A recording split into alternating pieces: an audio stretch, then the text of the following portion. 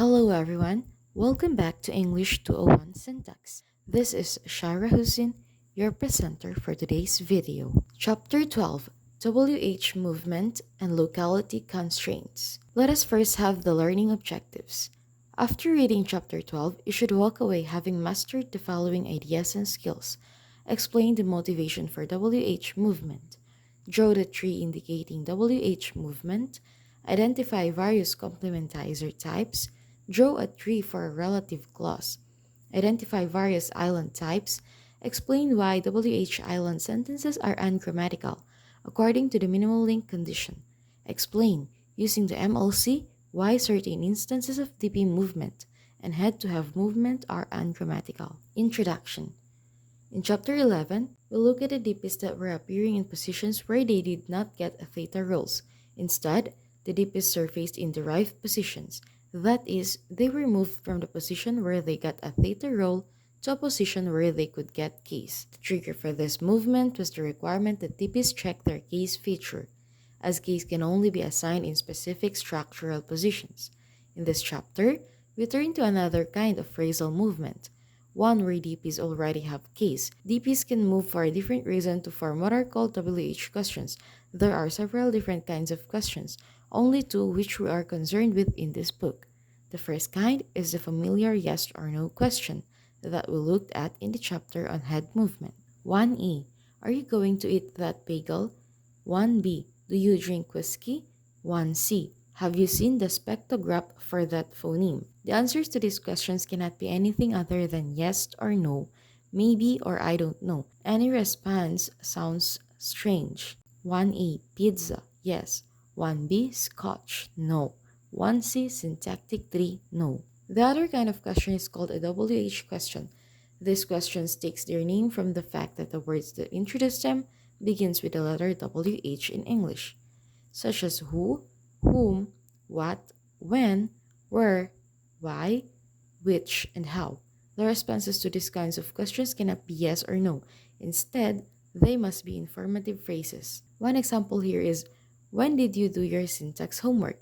It should be yesterday and not yes. How these questions and constructions related to them are formed in the focus of this chapter. Movements in WH questions. If you look closely at a statement and a related WH question, you'll see that the WH phrase appears in a position far away from the position where its theta role is assigned. Take for example, 3A. Becky bought the syntax book. 3B. What did Becky buy? The verb buy in English takes two theta roles, an external agent and an internal theme. In sentence 3A, Becky is the agent, and the syntax book is the theme. In sentence 3B, Becky is the agent, and what is the theme? In the first sentence, the theme is the object of the verb. In the second, the theme is at the beginning of the clause.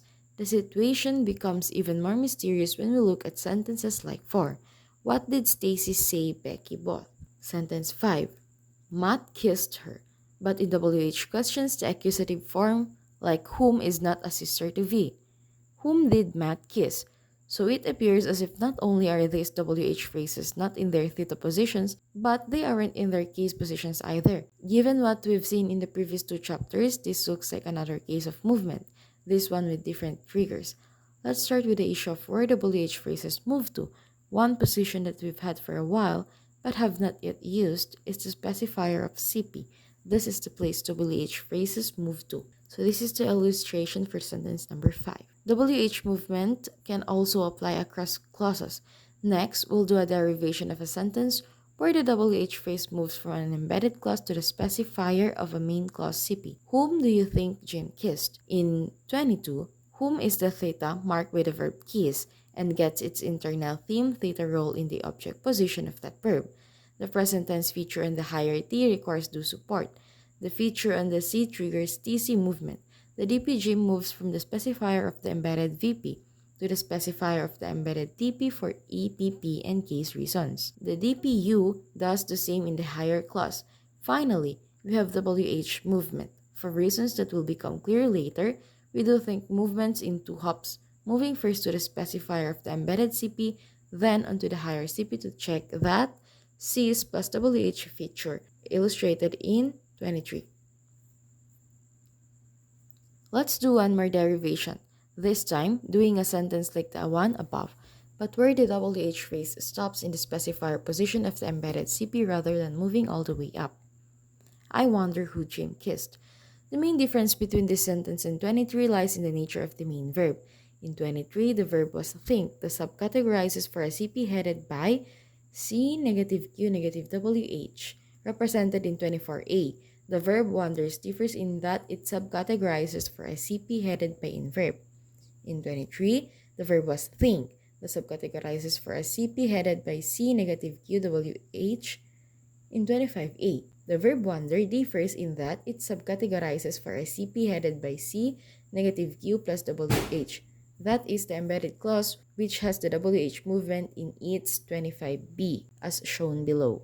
For 26, the 3 for 24 is given in 26. It differs minimally from 24 only in the main verb and the feature structures of the two complementizers.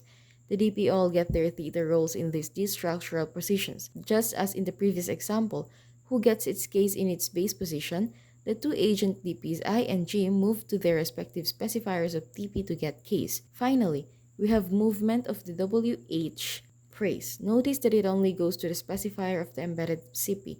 This is because featural content of the C is the embedded CP is plus WH. The main clause CP is negative WH. Moving on to traces and WANA contraction. You may have noticed that I have been marking the position that movement occurs from with a T. The T here stands for trace. Later in this chapter, we'll see that traces are required to block certain kinds of illicit movement. But an important question is whether there is any reality behind the notion trace. This is especially important in a theory like generative grammar, which claims psychological underpinnings.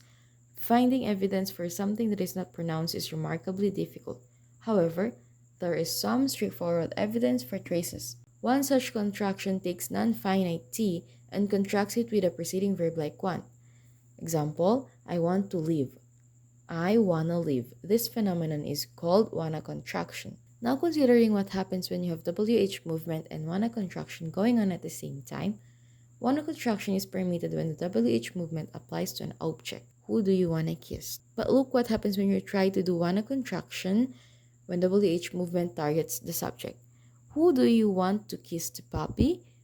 Who do you want to kiss the puppy? English speakers have very strong judgments that WANA contraction is impossible when the subject is WH questioned. Why should this be the case? If we have traces, the explanation is simple. The trace intervenes between the to and the verb. It blocks the strict adjacency between the verb and the to, thus blocking contractions. Who do you want to kiss the puppy? So this theory has been discovered by Pullum, 1997. Relative clauses. In this section, we'll look at the construction closely related to the WH questions. Relative clauses involves a special kind of WH movement, where CP with a WH element in it modifies a noun. Not all clauses that modifies noun are relative clauses. There is a small set of nouns known as factives that take CPs as complements rather than adjuncts. Those nouns are corresponding to the verb that takes complement clauses. Some examples of factives clauses modifying a noun are seen in 27. The fact that I like begonia-flavored milkshakes is none of your business. She made outrageous claim that tuna-flavored milkshakes are good for you. Factive complement clauses always have all of their arguments contained within them and there are no WH phrases. Critically factive clauses don't have missing elements in the TP. All the arguments and adjuncts are precisely where we expect them to be. Because they lack these gaps, they are not WH constructions. Relative clauses, by contrast, share with WH questions the property of having an argument or adjunct missing within the clause. Take 28a as a typical example of an embedded WH question. 28a, I ask where you found it.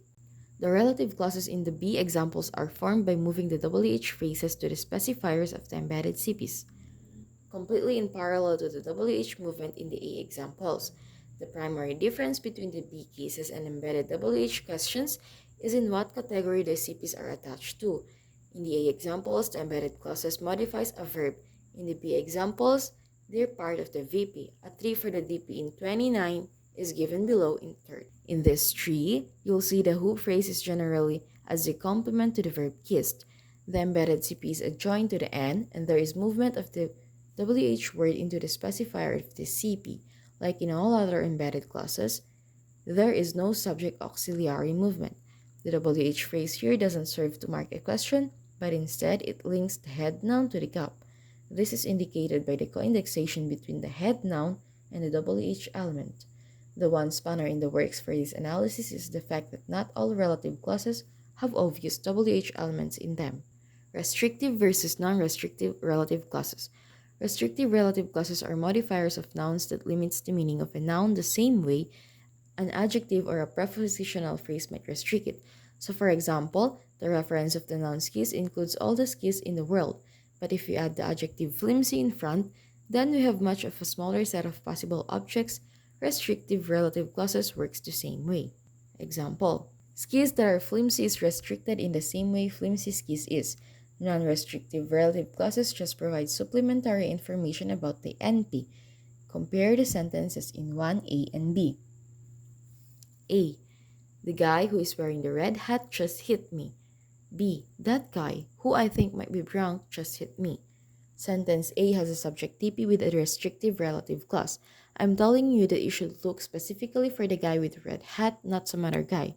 The non-restrictive relative in B is just giving you some additional parenthetical commentary rather than restricting which guy you're talking about. In English, non-restrictive relatives are set off by pauses in speeches and commas in writing. There is an ordering restriction on restrictive and non-restrictive clauses. Restrictive clauses must be closer to the head noun than the non-restrictive ones. The that trace effect. In English, WH movement of objects seems to be free. You can do it either when there is a complementizer or when there is no complementizer. Sentence 1. What do you think Matt kissed? Sentence 2. What do you think that Matt kissed? In English, WH movement of objects seems to be free. You can do it either when there is a complementizer or when there is no complementizer. This phenomenon is called the that trace effect from the constraint that is used to rule out sentences like the that trace filter. The that trace effect is not universal. Many languages such as Italian don't have it. The explanation for the that trace effect in English is still a bit of a mystery and is widely debated among syntacticians. Islands. WH movement isn't entirely free. There are constraints on what categories you can move out. Compare the following two sentences, one of which has WH movement out of a simple complement CP.